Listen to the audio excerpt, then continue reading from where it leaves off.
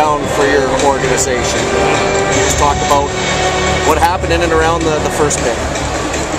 Well, you know, for the last year we've explored every option that we could possibly have, and things were heating up this week, and we just felt that we couldn't go any longer with the situation we were in, and found that for our organization and for our fans and for all of our sponsors, we had to do something to get this situation resolved, and this was the best opportunity we had.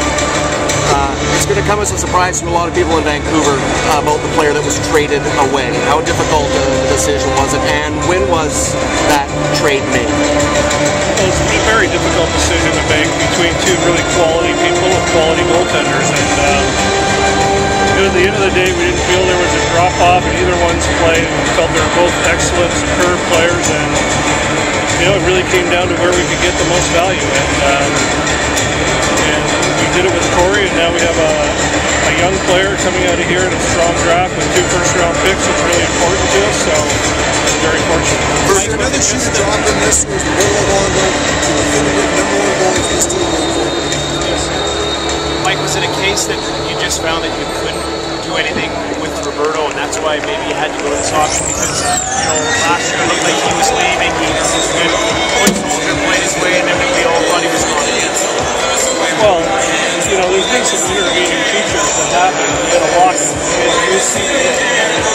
The new CBA has changed the terms of the long-term contract. So, you know, when this contract was signed and ratified by the NHL, it was perfectly valid and accepted. One of the provisions of the new CBA is to deal with long-term contracts. So it was a changing landscape that affected our opportunities, and we had to deal with them. We have to deal with them in a business-like fashion in our organization. Have you communicated with Roberto today? What does he say? I haven't communicated with him. Our own Francesco has got a flight down to see him right now. Mike, do you expect, given everything that's happened, do you expect he'll come back and be able to be a member of the organization and want to play there and want to continue to perform?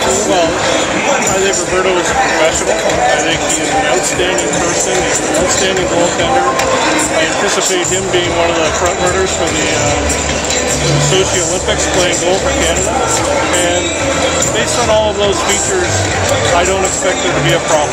But Mike, I haven't spoken to him. Mike, when you started to talk about Corey Schneider being available, did you get a lot of interest from teams? Was there more than 1, 2 teams available, you know, in this for Corey? Yeah, there were a number of teams involved. There's also a number of moving parts in goaltending right now, and you know, we felt that if we could get in the top 10, we had Bo Horvat targeted. If we could make that trade, we felt it really benefited our organization. And with Roberto, buyouts are obviously still available next summer as well. Are you looking at this as a year-to-year thing right now, a 1-year thing with Roberto? You look at it, we all saw Roberto's press conference where he said, my contract sucks. At that time, did you ever think it could come to this? Well, you know, 3 years ago we had planned for this, and then Corey just, you know, became a great young goaltender, and there were circumstances, and Roberto took us to the 7th game of the Stanley Cup Final, won the gold medal. I mean, his resume is impeccable. And our plan 3 years ago was to develop Corey and move him for a high pick, and that's what we ultimately did. How long had this trade been in the works with Jersey? How long have you been talking to Lou about this deal? I've been talking to Lou for a couple days about it. Mike, now that the dust is settled and this whole thing has finally been resolved, how do you feel about the way it went and ended? Would you have done anything differently looking in retrospect? Well, I can't look into the crystal ball. You know, obviously, you know, we had an established player with a no trade who had to participate in a trade where we wanted to go. We had a changing landscape with a lockout with a new CBA, and you know, if I had a crystal ball, would we have done things quicker or earlier? I don't know, maybe, but I don't have one.